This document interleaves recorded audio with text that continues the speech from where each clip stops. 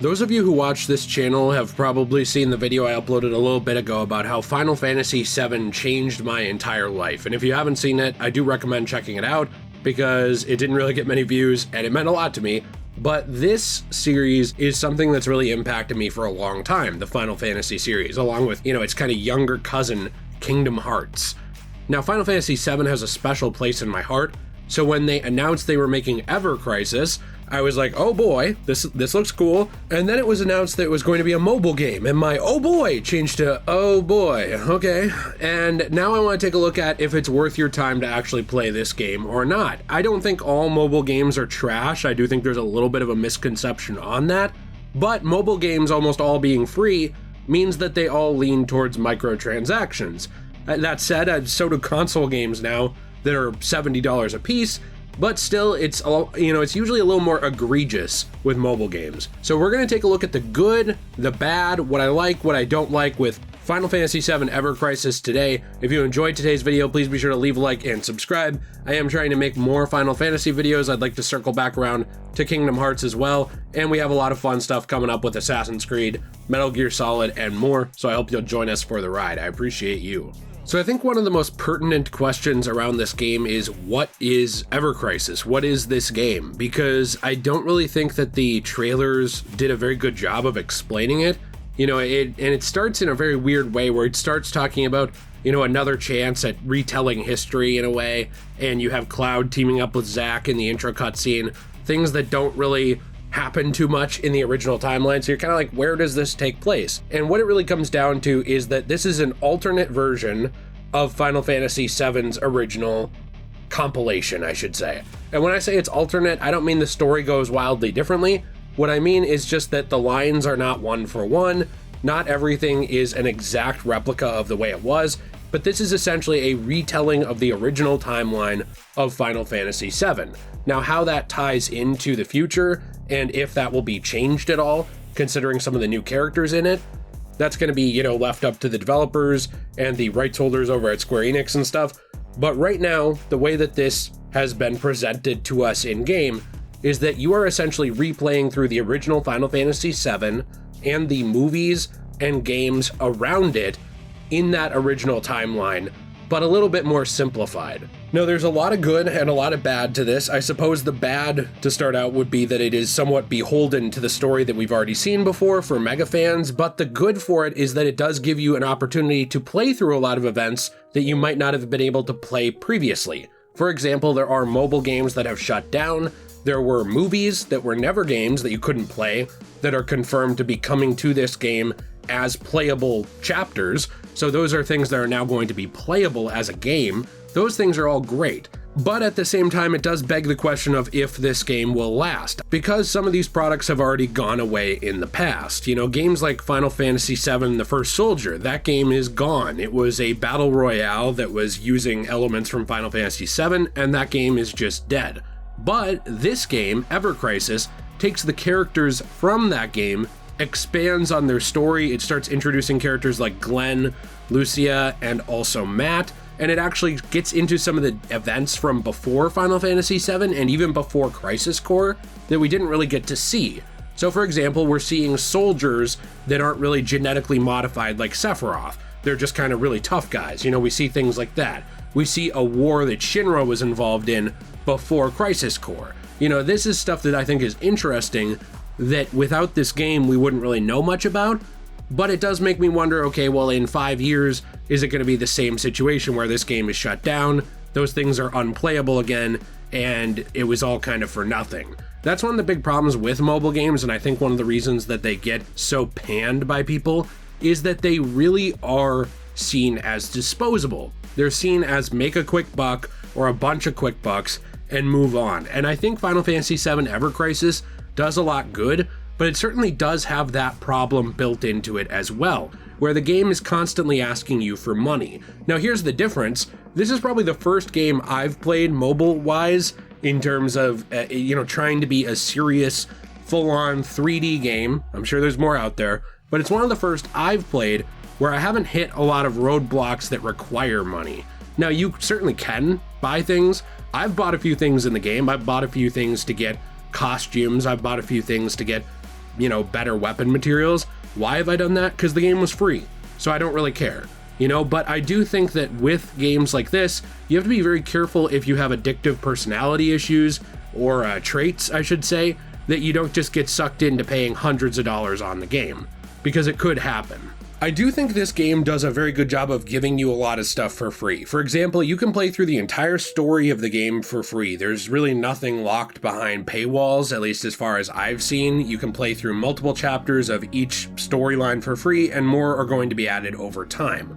It does adapt the original combat style in a way, with that kind of, ATB gauge where you're waiting for your gauge to fill up, and then you're doing abilities, you're waiting for your turn to actually choose what you want. And of course, you can upgrade these moves, you can upgrade skill trees, you can actually upgrade weapons. Those things are going to be where you see some monetization of, well, do you want to get from point A to point B faster? Hey, look, you can pay 20 bucks, and all of a sudden you can upgrade a little faster. Now, that said, I don't think that personally makes the game bad. I think a lot of games do that now. Games even like World of Warcraft, which are beloved by people, even they have things like jump starts and head starts, by pre-ordering expansions and getting a level 80 character or whatever. Now, would I really want to do that much? No, I actually like building up my character, but it is something that exists. For me, where the monetization actually becomes, I guess, a bit of a thing is when it comes to the draw system, which essentially this means that you are trying to get better weapons, you're trying to get upgrade materials, and you're getting random items, kind of like a glorified loot box when you actually do these draws. I do think this game gives you a lot of draws for free. There are blue crystals and red crystals. You earn blue, you have to buy red. Blue usually work to substitute for red. If that sounds confusing, here's what I mean. If you have 1,000 blue crystals and 200 red crystals, and you need to buy something that's 500, right? It's going to take just from those blue. But if you don't have enough, let's say it's 1,200, it's going to take from both, right? It always draws from blue first and then goes to red, except in certain places where they only allow red. Again, that's where monetization comes in. It sounds more egregious than it is. I've only encountered it a couple of times, and I just kind of looked at it and said, well, I guess I'm just not getting that and moved on. But this game does do something that I think Final Fantasy fans have wanted for a long time, which is embraces cosmetics. Now, this is something that I don't understand why the remake, games haven't actually done for Final Fantasy VII. I know that they want to, be serious and stuff like that, but being able to dress Aerith up in a fairy tale wedding dress or a skimpy little bikini, or to have Tifa running around in a lifeguard uniform, or have Cloud running around looking like a little emo Navy boy, those things are fun. They are fun things that actually tie into the game. I think they're cool rewards, and there's something that has kept me going back to the game is getting new outfits, getting new weapons that have new moves, all of this stuff. It's something that I found very fun. I haven't found it very frustrating in terms of feeling like, oh, I'm just locked out of this content, I can never get this stuff, oh well, I guess I had to pay $50 or I can't play the game. I haven't encountered that. A lot of the paying seems to be shortcuts. You can pretty much always grind your way past it if you want, for the most part. But I do think I was kind of waiting to talk about this for about a month after its release, because I wanted to know how long that would last. One of the concerns for me is that it will hit a point where there is not an ability to earn as many blue crystals. That's something that kind of concerns me.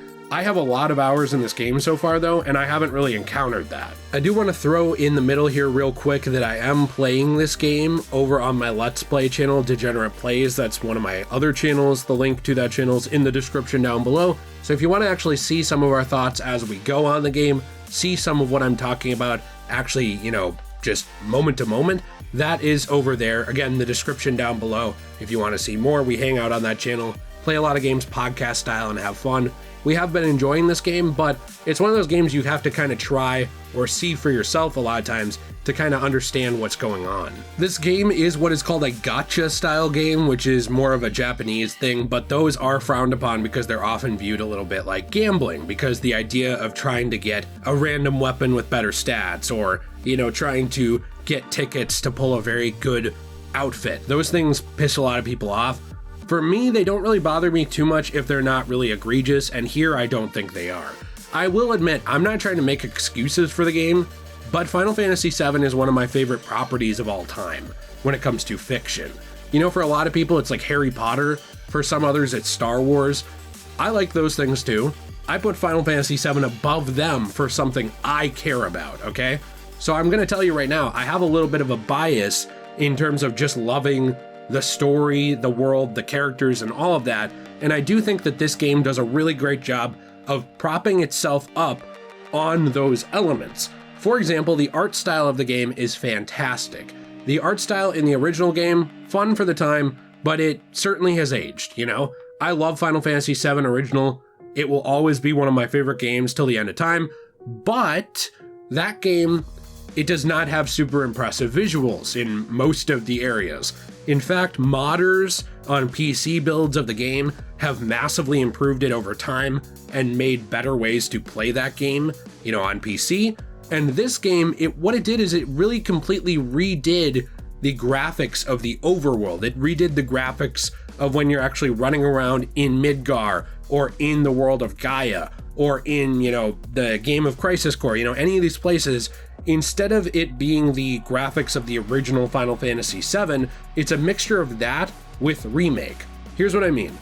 When you're running around the world, you're in sort of a chibi art style, kind of cute, but, you know, it's not completely cute to the point where it's ridiculous art style that mimics the style of the original Final Fantasy VII, and you get that art style in every game. You get it in 7, Crisis Core's chapters, you get it in the First Soldier chapters, and I'm sure you'll get it in the chapters to come as well. But when you're actually in the battles, the characters look a lot more like they would look in the Final Fantasy VII remake games. They look more modern, they look very detailed. You know, there are some graphical, I would say, tricks they do to get around the limitations on phone, but overall they're not things you're going to notice very well unless you're doing freeze frames and pausing the game and looking closely at it. It looks and presents itself as a very detailed game, especially for phone. You know, this game, I will say one big criticism I have of it is something that my wife has not experienced on her phone. She has an iPhone, I believe 12 or 13. I have a Google Pixel 7 Pro.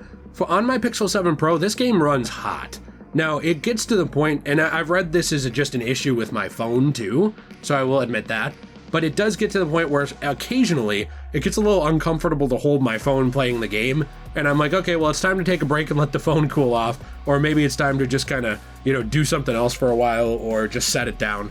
I think that that is an issue with the settings I have. It recommends I play the game on Ultra, but I'm thinking maybe the tech in my phone wants me to not play it on Ultra details and play it on something like high details. I'm not really sure. I would be interested to hear if other people have had this issue. It's nothing I've heard reported, but I have heard reports that this game runs best on iOS, that Apple phones and devices are running this game with less glitches and less issues. Speaking of issues, something I really do appreciate about the game is how many things they're handing out for free all the time. And now, I don't want to act like they're doing players a favor, because at the end of the day, they are setting the prices, right? It's not like, you know, they could say, oh, hey, it's 20 bucks for this, but hey, we gave it to you for free, look how nice we are. I'm not trying to say that. They set the market, obviously, on a game like this. But every time there's a glitch or a mistake or some kind of patch or anything, or they really, you know, even when they hit new milestones on this game, like they hit 5 million downloads, or they hit 6 million downloads, or they had a big Japanese live stream on the game in Japan, and a lot of people tuned in. You know what they do? They're like, here's 3,000 crystals, go draw 10 things and get a legendary weapon or whatever. That kind of stuff is actually cool. It's not something I have personally seen in a mobile game before, because usually these games are so focused on monetization that they're not interested in giving you anything for free, unless it's kind of like a dealer, you know, like how you see the whole thing in, especially on TV, where it's like a dealer will give someone a sample of something, and then that person will start using it, and then they'll go back and pay more and more and more. Usually that's what I noticed that mobile games are trying to do. I haven't really run into that very much with this game. My characters are at almost max level. As of recording this, the max level is 55. My characters are now at 52. I didn't really have to pay anything to get them there. You know, I actually noticed that my weapons are now, some of them are at level 90, which is the cap for some of them at the moment. I didn't really have to pay anything to get them there. But I will say I did buy a couple, cosmetic things in order to get costumes, to get tickets to get costumes. I did get a couple of things to get a few better weapons because I thought it was fun. And that's kind of, where my money has gone. When something is free, I don't mind paying a little bit of money. It's just when it asks me to keep doing it over and over, it gets annoying. Final Fantasy VII Ever Crisis, I think it does ask a little too often, but I don't think it requires it to play the game. It's in a weird spot for me where I feel like I'm giving it some passes and some leeway for being such a faithful and fun recreation of Final Fantasy VII, of improving the art style actually a lot in terms of just the polygonal characters from the original. I think they look really good here. I think the game does a really great job with cutscenes, with storytelling. It's usually pretty good. I think the music is top tier recreations of the original songs. I think they just do a great job appealing to and really showing that they care about Final Fantasy VII fans. This game, I don't want to call everything a love letter to the source material, but you can tell that a lot of people who worked on this game did care about the original game and recreating the atmosphere and sort of the combat and a lot of these things from the original game for people to enjoy. And even if you just download it, play it for free for 10 hours, you never want to pay $1 and you just kind of leave it, it's free entertainment for a while that I think is really fun for Final Fantasy fans. There is a lot more deeper combat to get into in this game. There's a lot of stuff with getting into co-op action. There is the ability to simulate battles essentially by playing on auto if you would like to, but you don't have to. That's just kind of an up to you thing. But overall, I've really enjoyed this game so far. I'm interested to see what happens with it in the future. And if you have followed this video to this point, I did, like I said, start a Let's Play over on my Let's Play channel, Degenerate Plays, where I am playing through Final Fantasy VII Ever Crisis' story mode. If you're interested, I believe we are on part 5 of that. I think it actually might have gone up today or tomorrow, depending on when this comes out. So I would love it if you joined us over there. The link is in the description down below to that channel. So we're playing through that over there, having a fun time. I appreciate you all very much. And I want to say a big thank you to some of my channel members, some of my patron supporters. I'm going to put a thank you here to you guys because you mean the world to me, and I very much do appreciate you supporting my content and supporting videos like this that otherwise I don't think would have done quite as well without your support. That means the world to me, and I appreciate you. I hope you all have a fantastic day, and as always, everyone, stay shui.